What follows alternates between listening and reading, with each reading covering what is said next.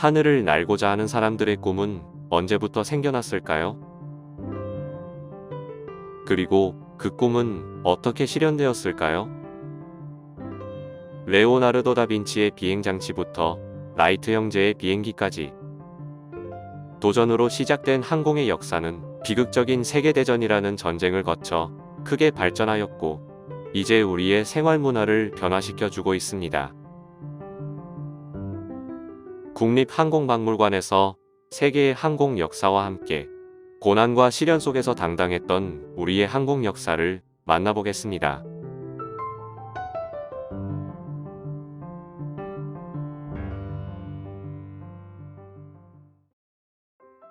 김포공항 근처에 자리하고 있는 국립항공박물관입니다.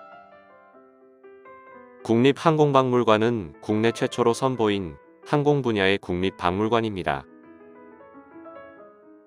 입구로 들어서서 천장을 올려다보면 거대한 비행기의 제트 엔진과 같은 모습을 하고 있습니다. 1층의 항공역사관부터 전시가 시작되는데요. 세계의 항공 역사를 가장 먼저 만나게 됩니다. 과거의 하늘은 신성한 신들의 공간이었고 인간에게는 간절한 염원의 공간이었음을 나타내는 영상을 잠시 감상할 수 있습니다.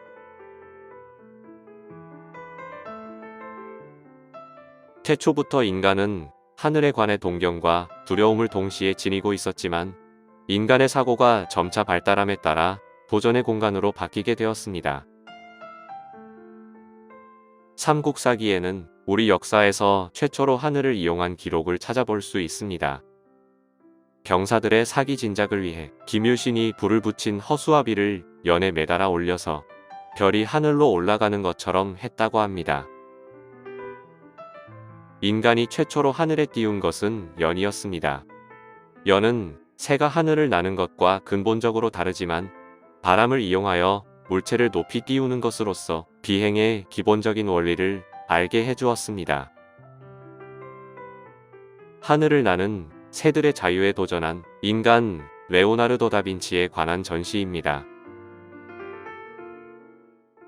레오나르도 다빈치는 인간이 어떻게 하면 하늘을 날 수 있을지를 과학적인 방법으로 접근한 최초의 인물입니다.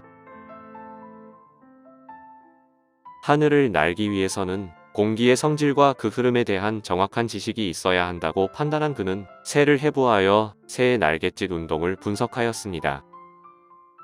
또한 새의 비상도와 해부도를 담은 논문 새의 비행에 대하여를 통해 날개를 움직여서 하늘을 비행하는 오르니소프터와 나사의 원리를 이용하여 수직으로 비행하는 헬리콥터를 스케치로 남겼습니다. 이는 하늘을 날고자 하는 인간의 꿈을 실현하는 데 획기적인 기초를 제공하였습니다.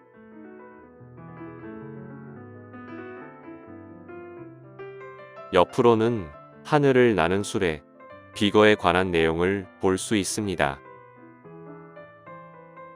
비거는 역사 기록을 통해 임진왜란 때 전라도 김제의 정평구가 만들었다고 하는 하늘을 나는 장치라고 알 수 있지만 구체적인 정보가 없어 실제 모습은 알 수 없다고 합니다. 처음으로 사람을 하늘 높이 실어보낸 것은 공기였습니다.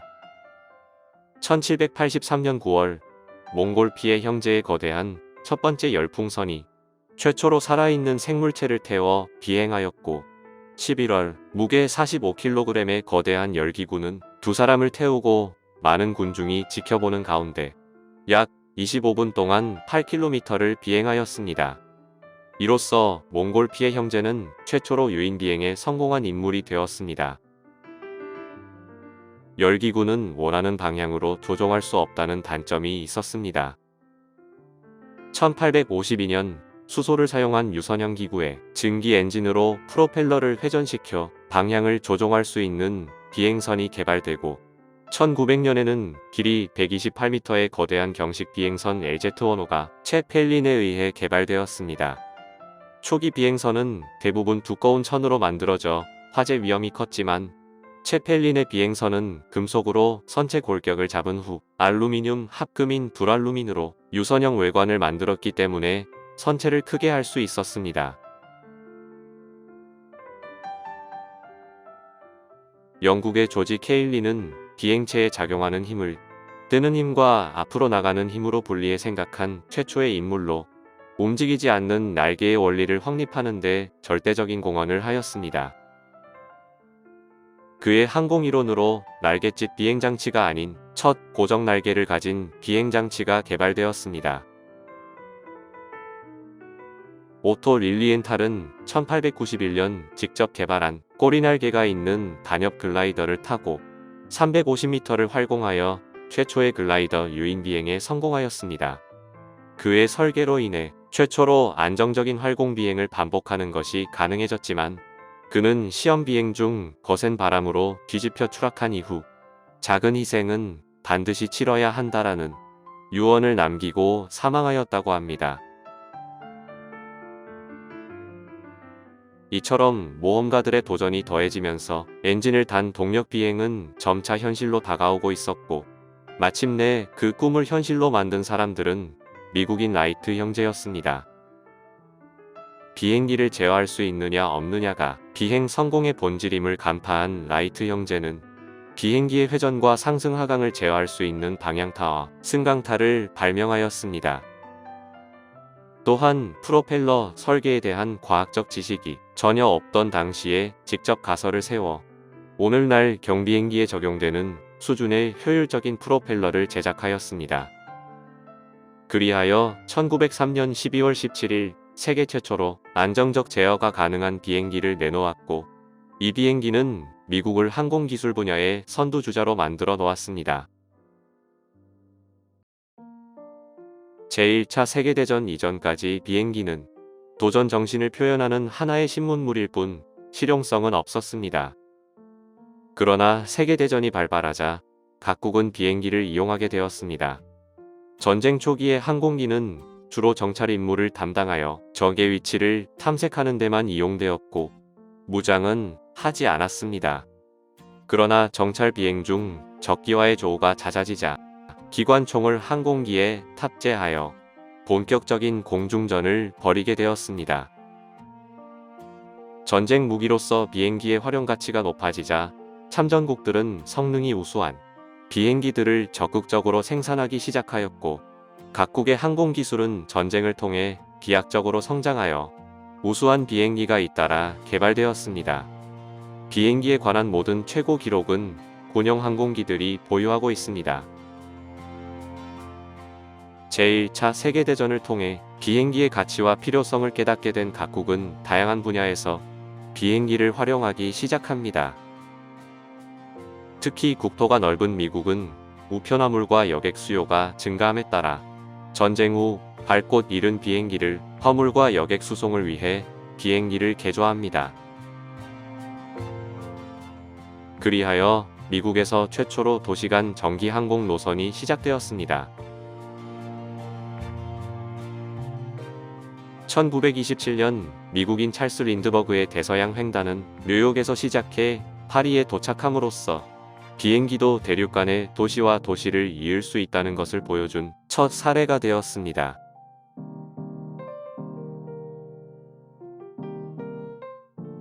이후 각국은 비행기로 승객이나 화물을 운반하는 항공수송업을 본격적으로 육성하기 시작하였고 급속도로 발전이 가속되었습니다. 이로 인해 세계적인 항공사들이 탄생하게 되었고 장거리 항로까지 개척하게 되면서 비행기는 이제 전 세계 곳곳을 누비게 되었습니다.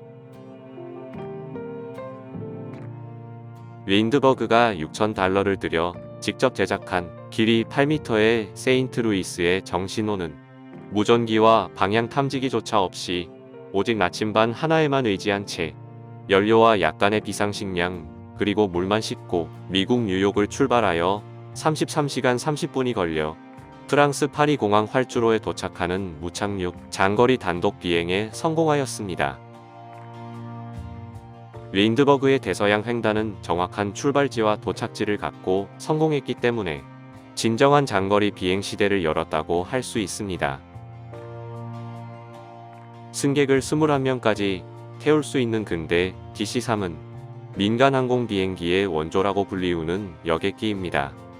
여객기 DC-3에 사용되었던 실제 엔진의 모습입니다. 이번에는 비행기의 역사를 보여주는 전시 공간입니다. 시대적 흐름에 맞게 비행기의 다양한 변천사를 볼 수 있습니다. 공중에 떠 있는 느낌을 살려주어 마치 하늘을 날고 있는 모습입니다. 제2차 세계대전은 전략, 전술, 전투기술 등 모든 면에서 전례를 찾아볼 수 없는 전쟁이었고, 특히 항공력이 승패에 결정적인 영향을 미쳤습니다.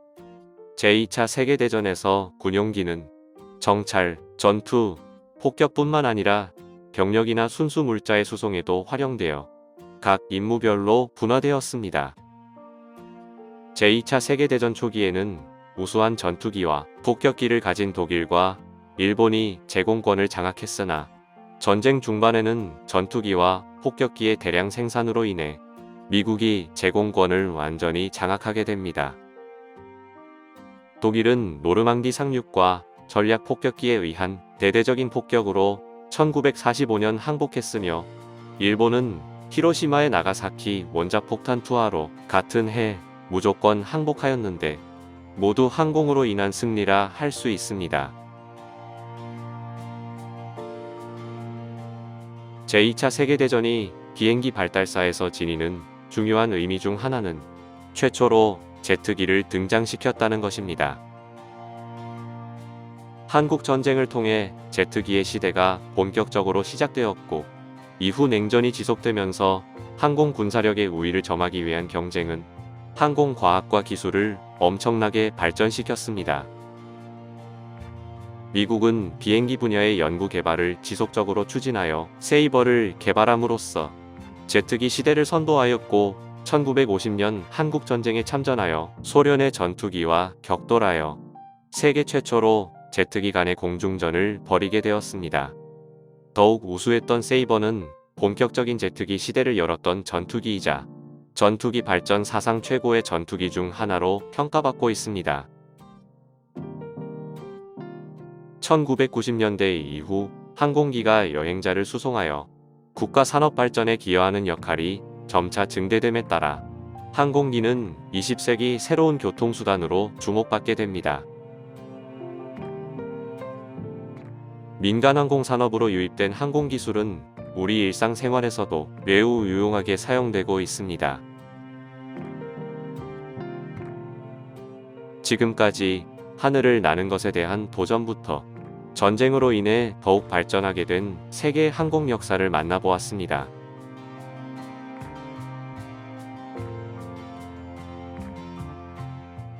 이번에는 대한민국의 항공 역사를 만나볼 수 있는 전시 공간으로 이어집니다. 1903년 라이트 형제의 최초 비행 이후 세계 각국이 비행기 개발에 열을 올리기 시작했지만, 국권을 상실해 가고 있던 대한제국은 세계의 흐름과 함께 할 수 없었습니다.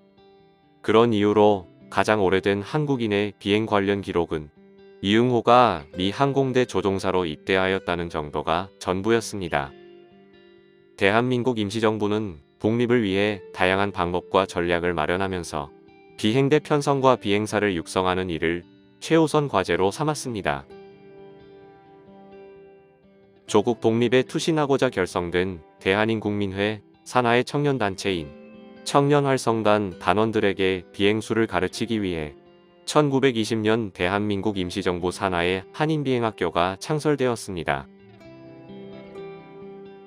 1942년 일본의 세력이 점차 밀리게 되자 대한민국은 일본과의 전쟁을 위해 광복군의 창설을 서두르게 되었으며, 특히 광복군 내 공군 설립을 중요하게 다루었습니다. 특수훈련을 받은 광복군의 공군은 게릴라 전술을 펼칠 작전을 준비하였으나 일본의 갑작스러운 항복으로 인해 결실을 보지 못하였습니다. 대한민국 임시정부는 독자적으로 군사력을 양성할 수 없었기 때문에 미국이나 중국, 소련 등에 있는 군관학교나 육군항공학교 등에 청년들을 보내 교육을 받게 하였습니다. 이처럼 이들이 어디에 소속되어 있건 일본과 싸워 이기는 것이 조국과 독립에 도움이 된다고 생각하였기 때문입니다. 여느 독립운동 분야의 활동가들이 그러하듯이 기록이 많이 남아있지 않아 모든 활약상을 확인할 수 없는 현실이지만 일단의 항공 독립운동가들의 희생정신과 숭고함을 엿볼 수 있는 공간입니다. 그들은 전장에 뛰어들기 위해 직접 비행기를 조종하기도 했고 거금을 후원하기도 하였으며 기술자나 비행학교의 행정요원으로도 참여하였습니다. 1922년 12월 10일 여의도 비행장에는 한겨울의 찬바람을 견디며 하늘만 바라보는 5만 명의 사람들이 있었습니다. 그들 눈앞에 나타난 것은 식민지 조선을 훨훨 나는 한 대의 비행기였습니다. 1921년 일본 민간조정사 시험에서 1등을 차지하고 압도적인 조종술로 조선인의 자존심을 드높여 나라 잃은 백성들에게 희망이 되었던 안창남이 한반도가 선명하게 그려진 1인승 복엽기 금강호를 타고 비행하는 것을 보기 위함이었습니다.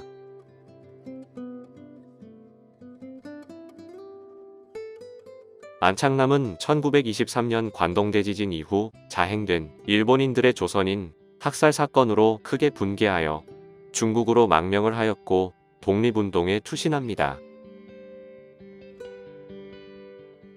대한독립공명단에 가입하여 독립운동 자금을 조달하며 항공독립군 양성을 추진합니다. 그러나 1930년 비행기 추락 사고로 조국의 푸른 별이 되고만 맙니다.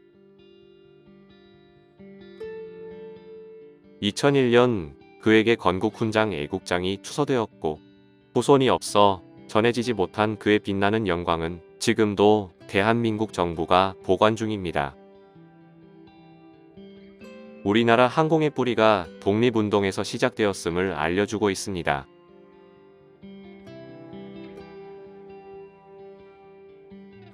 천장에는 안창남이 몰았던 비행기의 모형이 전시되어 있습니다. 우리에게 커다란 희망을 주었던 의미가 있는 비행기의 모습입니다. 그 아래에는 안창남이 최초로 서울 하늘을 비행할 때 조종했던 금강호에 사용된 의론 엔진입니다. 대한민국 임시정부 한인비행학교에서 훈련기로 사용하였던 2인승 복엽기 스탠더드의 모습입니다.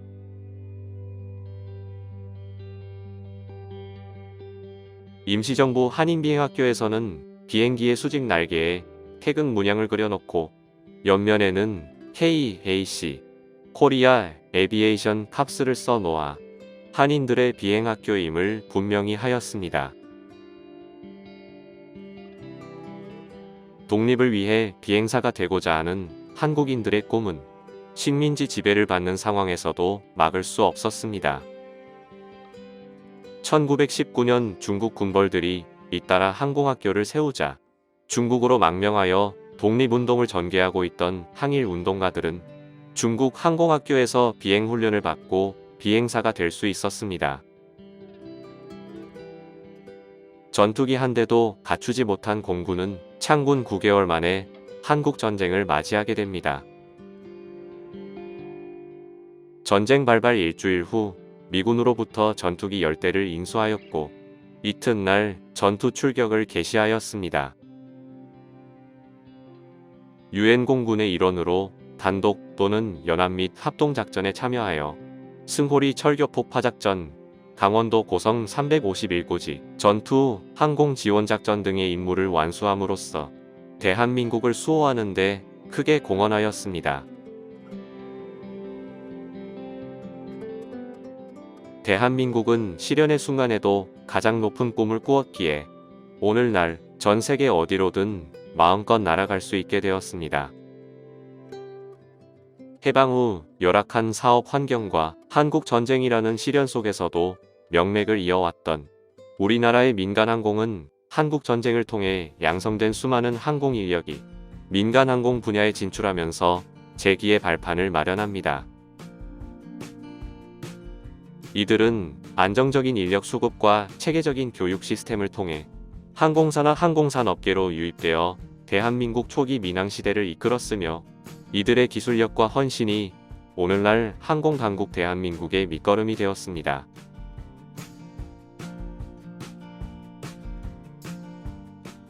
(1970년대부터) 국제적으로 항공운송이 가파른 증가 추세를 보이고, 국내 역시 산업화의 영향으로 수출 물량이 증가하면서 신속한 물류 수송을 위한 대형 항공기인 보잉 747이 도입되었습니다.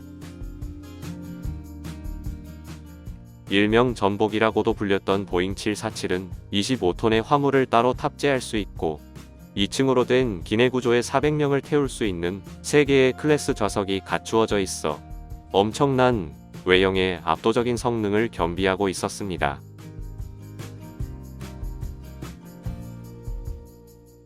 보잉 747의 단면과 엔진을 보며 그 위용을 느낄 수 있습니다.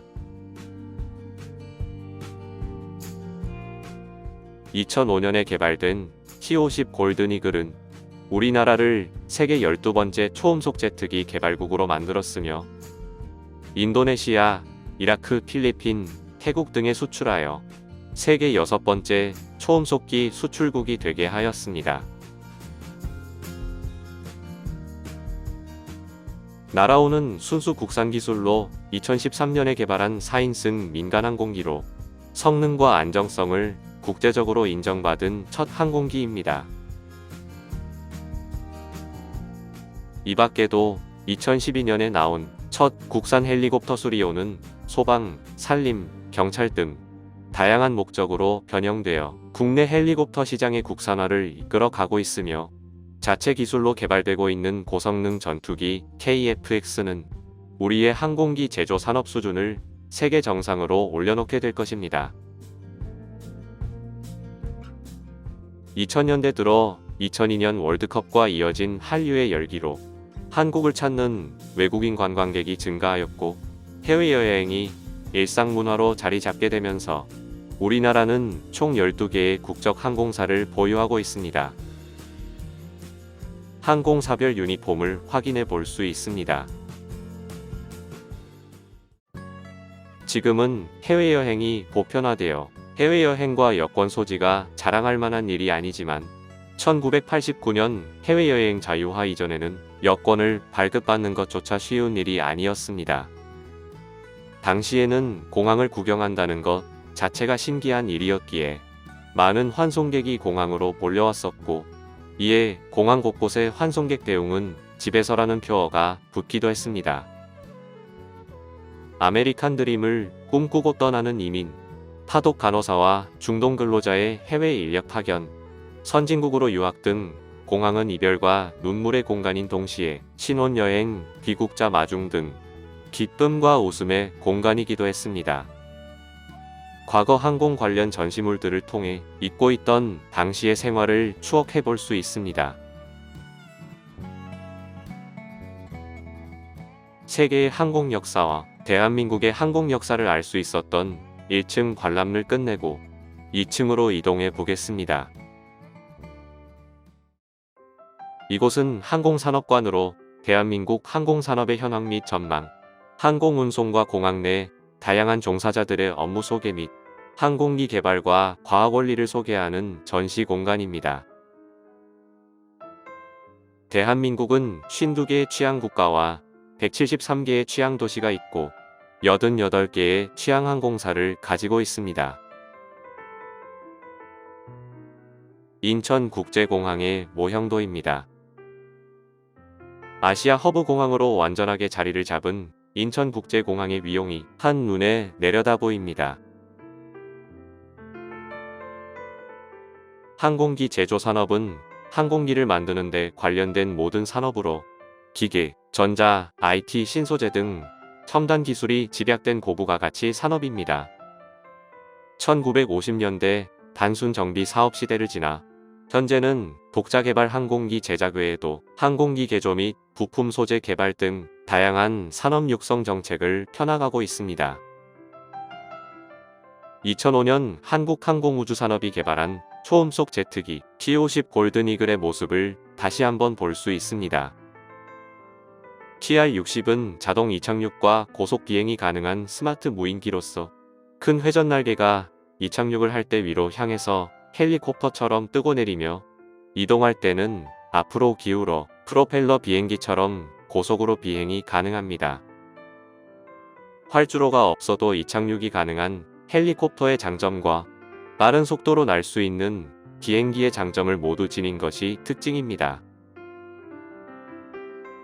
미래의 항공은 우리의 삶과 훨씬 가까워질 것입니다. 이러한 시대를 열기 위해 첨단 산업의 개발과 연구를 치열하게 하고 있는 중입니다. 이번에는 항공운송 산업과 공항에 관한 전시입니다. 비록 요즘은 팬데믹으로 인해 공항을 자주 못 가는 상황이지만 공항은 낯설기도 하면서 설레이는 공간입니다.